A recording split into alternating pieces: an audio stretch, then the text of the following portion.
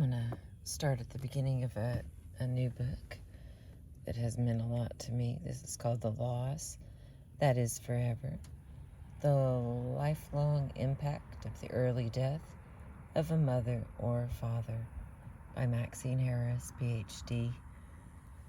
I found so much information in this book that I didn't know was possible. So if you get a chance to go and find it or get it, I suggest that. I'm going to start reading. It may take me a while to get through much of it. There's a lot to it. The beginning, we've got 1, 2, 3, 4, 5. Somebody saying how great it is. Says, describes the impact of childhood loss with painful accuracy, a wise guide for coping with loss and asserting a powerful will to live, by Jill Kerr Conway, author of The Road to Corain and True North. A wonderful book which will be very helpful because it is intellectually sound as well as warm and caring, by Etta LaShan, author of Learning to Say Goodbye When a Parent Dies. The next one, Maxine Harris sensitively recounts the deeply moving individual life stories of adults who suffered a parental bereavement during childhood. Their accounts will be a comfort to the many who share their fate and will widen the horizons of feeling and understanding for those who relegate death to the infinite future. Erna Furman, author of A Child's Parent Dies. The next one. A 39-year-old woman remembers feeling embarrassed when her father died 31 years ago. She thinks she is alone in this experience. This book will help her know she is not. Dr. Harris provides the reader with moving stories of people with whom they can relate, identify, and connect. Lois Ackner, CSW, author of How to Survive the Loss of a Parent.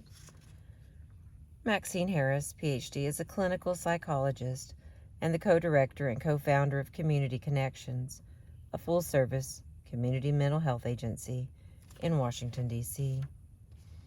The next page, also by Maxine Harris, Sisters of the Shadow, and Down from the Pedestal, and Women of the Asylum with Jeffrey Geller.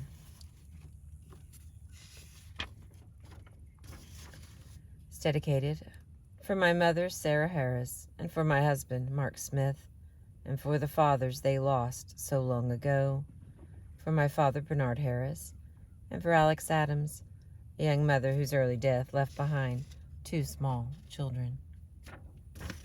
The acknowledgments.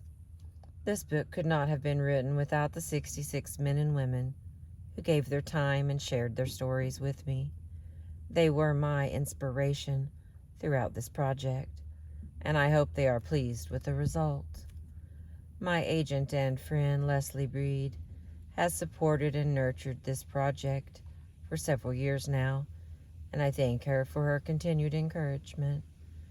Deb Brody, my editor at Dutton, has been both helpful and enthusiastic.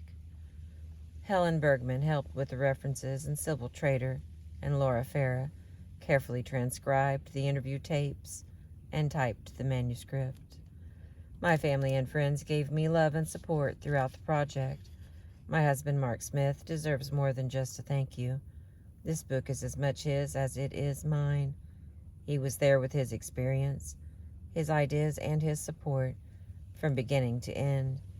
He lovingly and carefully edited the manuscript and helped me write the best book I could.